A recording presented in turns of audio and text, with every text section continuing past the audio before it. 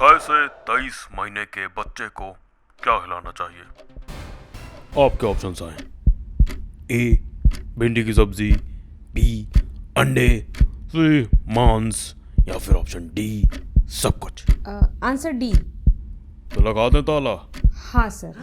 Computer महाशय, option D पे ताला। कंप्यूटर महाशय, ऑप्शन डी पे ताला। सर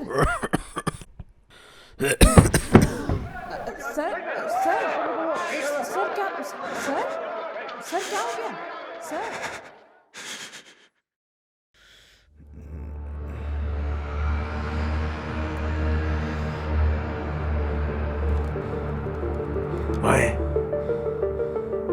मैं कहा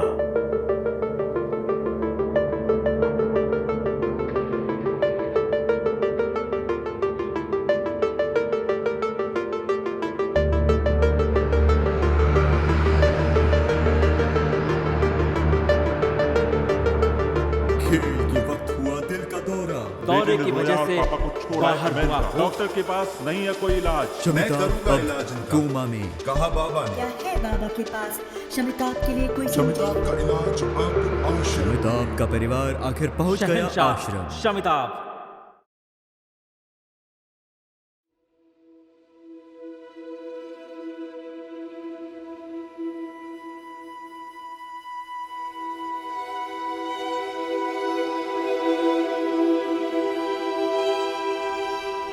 ये कौन सी जगह? आप मजरूपुर में हैं। हाय। मैं हुकुमनाथ और ये हमारा आश्रम है। ये दवाई है, पी जाइए। आप लंबी नींद में थे, दिल का दौरा पड़ने की वजह से आप कोमा में थे। हाय।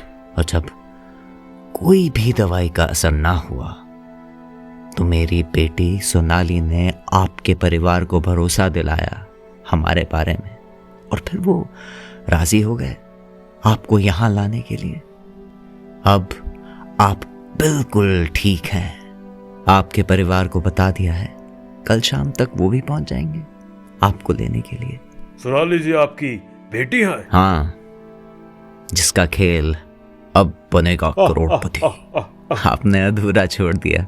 आपके खूबसूरत मजरूपुर से जाने के बाद जरूर खेलेंगे। आप तो बहुत ही खुशनसीब हैं जो यहाँ रहते हैं। वैसे पहले कभी मजरूपुर के बारे में मैंने तो नहीं सुना। 40 साल पहले आए होते तो नर्क लगता। नर्क? आप यकीन नहीं करेंगे, यहाँ एक शैतान था। शैतान? समझ लो मैं अपनी बेटी को खो ही चुका था। पहले से ही लोग भुखमरी से मर रहे थे और फिर बच्चे भी लापता होने लगे। हाँ, उसका नाम मजरू। मजरू कौन है? मजरू एक बुरी शैतानी ताकत है। उसकी पूरी परछाई जहां भी पड़ती वहां जमीन बंजर हो जाती। पूरा गांव तकलीफ में था, जिसका सबसे ज्यादा असर बच्चों पे पड़ा। अपने बच्चों को लापता होते देख पूरा गांव दुखी हो गया था।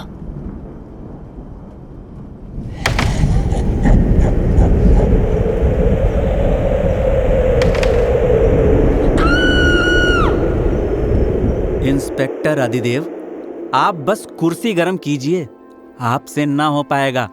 फिर से एक बच्चा अगवा हुआ है। हम मामले की जांच तो कर ही रहे हैं। 1 साल से आपकी जांच ही चल रही है। गुरुजी, आप ही बताइए कि अब क्या करें। मुझे नहीं लगता कि ये मामला पुलिस से सुलझेगा। छोड़ दो, ये गांव ही छोड़ दो। हमें शैतानी शक्ति से नहीं लड़ सकते। ठीक है, जैसा आप कहें गुरुजी। आपकी बात कभी गलत नहीं हुई। आपने हमें पहले ही सतर्क किया था। सालों से हम सब आपकी राय ले रहे हैं। अब होनी को कौन ही टाल सकता है। पर हम जाएं कहाँ? ये घर, ये जमीन, और हमारे पास है ही क्या? अरे और हमारे बच्चों का क्या? उनको भी भुला दें क्या हम? हमें नई शुरुआत करनी होगी। यहाँ से जितनी दूर हो सके चले जाओ। नहीं, हमें भागना नहीं है। अरे मास्टर जी, आपकी 6 महीने की बेटी ही अब बची है। आपको तो गुरु जी की बात मान ही लेनी चाहिए। ऐसे भी जो बच्चे थे गांव में वो तो अब अगवा हो चुके हैं। अब आपका यहाँ पर क्या काम मास्टर जी? आप हमारी बात मानिए, चले जाइए आप यहाँ से।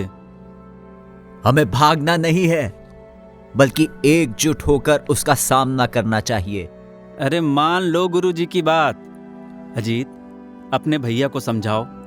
हम सब मिलकर उस शैतानी शक्ति का मुकाबला नहीं कर सकते हैं। भैया सही कह रहे हैं, और मैं भी अपने भैया भाभी को छोड़कर कहीं नहीं जाऊंगा। इतने दिन से इंस्पेक्टर जी कुछ नहीं कर पाए, फिर आप क्या करेंगे? और अब फिर क्या हुआ? कुछ गए, कुछ नहीं गए, पर उसी रात फिर से हमला हुआ।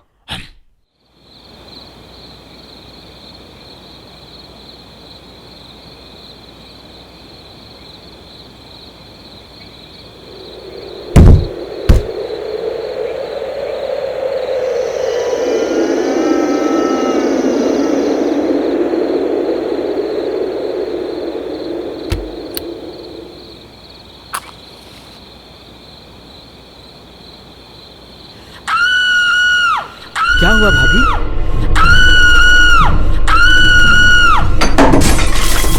सुलेखा!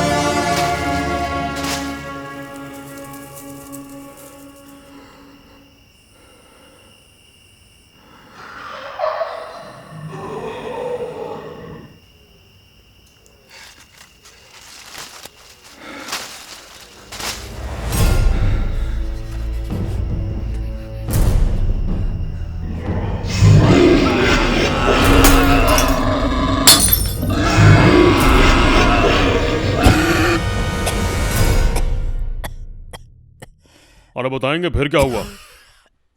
पंचायत बैठी।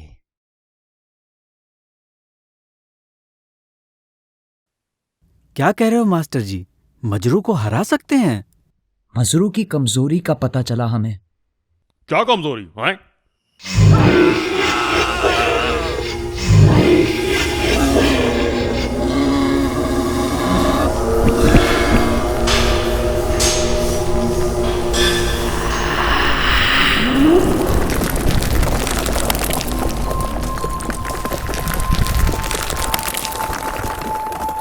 सूरज की रोशनी और आग, यही है मजरू की कमजोरी। हमने मजरू की गुफा का पता लगा लिया है, मगर मुझे आप सबका साथ चाहिए उस गुफा में घुसने के लिए। तुम जो कह रहे हो उसमें बहुत खतरा है, लेकिन आपकी क्या राय है गुरुजी? मुझे इनकी बातों पे विश्वास है। हमें मिलकर मास्टर जी का साथ देना चाहिए। आप ही ने कहा था कि इस शैतानी शक्ति का सामना हम नहीं कर सकते हैं। और अगर हम ना हरा पाए तो हम अपनी जान गंवा बैठेंगे। मर तो हम वैसे भी रहे हैं, एक बार कोशिश करने में कोई बुराई नहीं है। पर तुम करोगे क्या? मैंने कुछ सोच रखा है, आप बस मेरी बात मानिए। ठीक है, जैसा ये कहे वैसा ही हमें करना चाहिए। हम चलेंगे तुम्हारे साथ। हम चलेंगे तुम्हारे साथ उस गुफा में। हम भी चलेंगे। हम भी।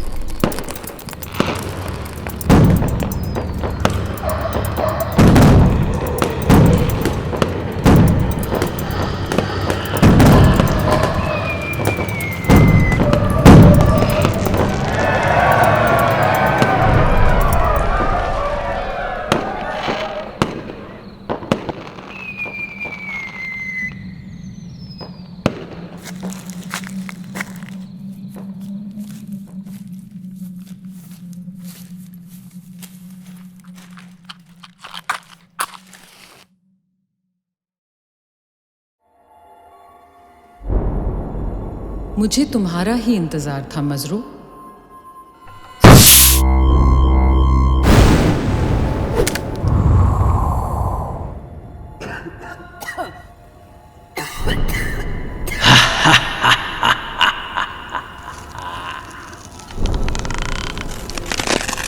काफी समय बाद इस रूप में आया हूं। सालों से ये तुम्हारे गांव में छुपा हुआ था।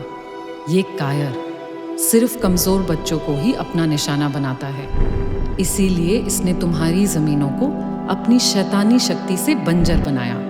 तुम्हारे मवेशी को बीमार कर मारा ताकि तुम और तुम्हारे बच्चे कमजोर हो जाएं। अफसोस, मैं सिर्फ कमजोर को ही अपना शिकार बना सकता हूँ। अच्छा हुआ इन गधों ने मुझे ढूंढते ढूंढते तुम्हें ढूंढ लिया। इनके कमजोर बच्चे मेरी खुराक हैं। भोले बेवकूफ। सालों पहले मैंने उसके बच्चों को उससे अलग किया था, तब से मुझे ढूंढ रही है। आप कौन हो और हमारे बच्चे कहाँ हैं? मैं अनाज, समृद्धि और शांति की दिव्य दूत हूँ आयती। तुम्हारे बच्चे मेरे पास सुरक्षित हैं। एक माँ की तरह मैंने हर रोज इनको अपने दूध के साथ साथ दाल, चावल, हरी सब्जी, अंडा और मांस खिलाया है। वो सब कुछ खिलाया जो इनको इस उम्र में तंदुरुस्त बनाता है। उनकी कमजोरी अपने आप खत्म हो गई।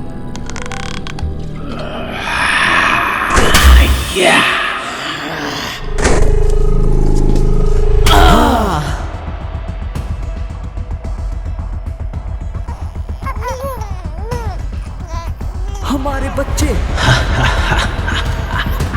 अब देखता हूं तुम क्या करोगे।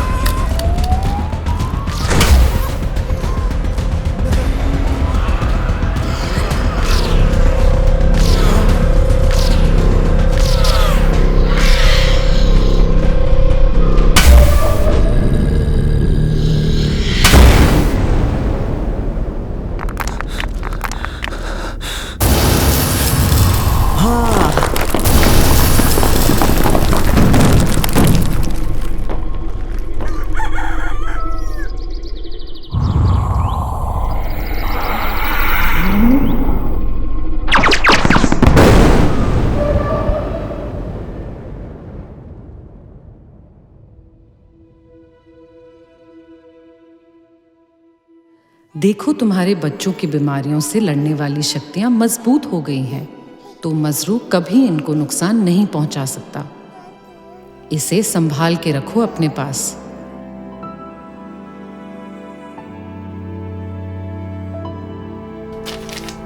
अगर इन नियमों का हमेशा पालन किया जाए तो मजरू की काली शक्तियां कभी इनका बाल भी बाका नहीं कर सकती।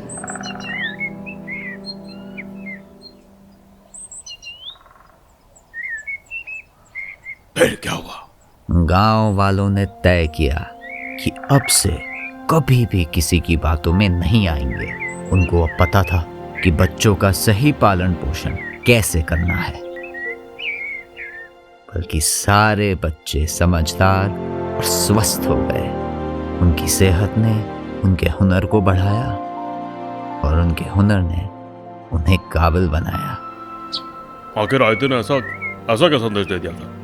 गीली मिट्टी की सुराही पे बनी नक्काशी सूखने के बाद हमेशा रहती है, पर सूखी हुई सुराही पे नक्काशी कभी बन नहीं सकती।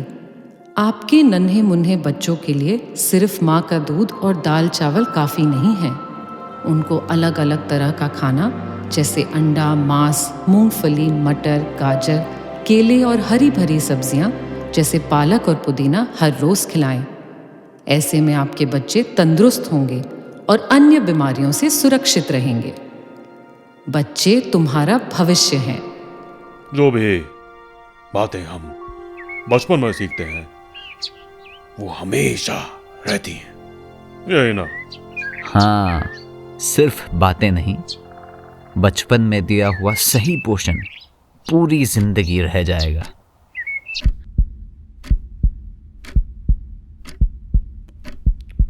और ऑप्शन डी सही जवाब। बहुत बहुत मुबारक।